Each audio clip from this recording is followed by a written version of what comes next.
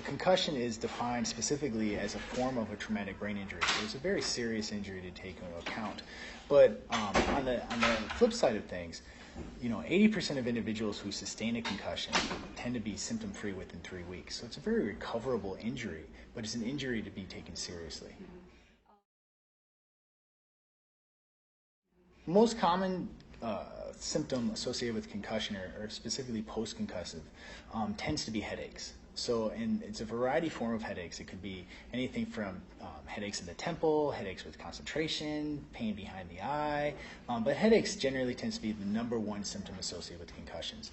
In addition to that, common symptoms include lethargy, kind of feeling foggy or feeling slowed, difficulty with concentration, short-term memory issues, and balance problems.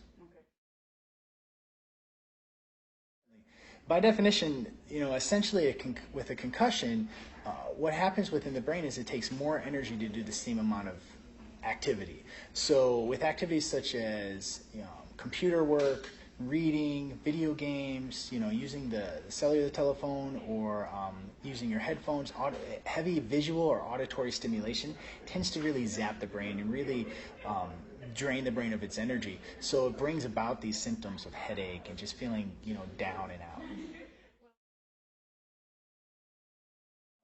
In the athletic arena, helmets are regularly monitored and checked for proper inflation, proper support, proper fitting. But on the flip side, what you have to keep in mind is that the primary goal of a helmet is to prevent a skull fracture, not a concussion.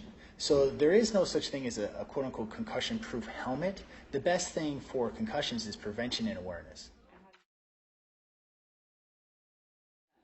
Prevent is by lowering your risk, proper technique with sporting and athletic events, proper tackling technique, and lowering your risk from high-risk maneuvers such as, say, bike riding, car riding, and so on.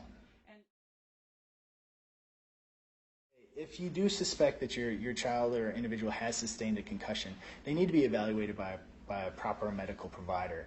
But once they have been diagnosed with concussion and all kind of sinister or serious pathology has been ruled out, you really need to let them rest. The brain needs to heal. It needs to be destimulated and just rest.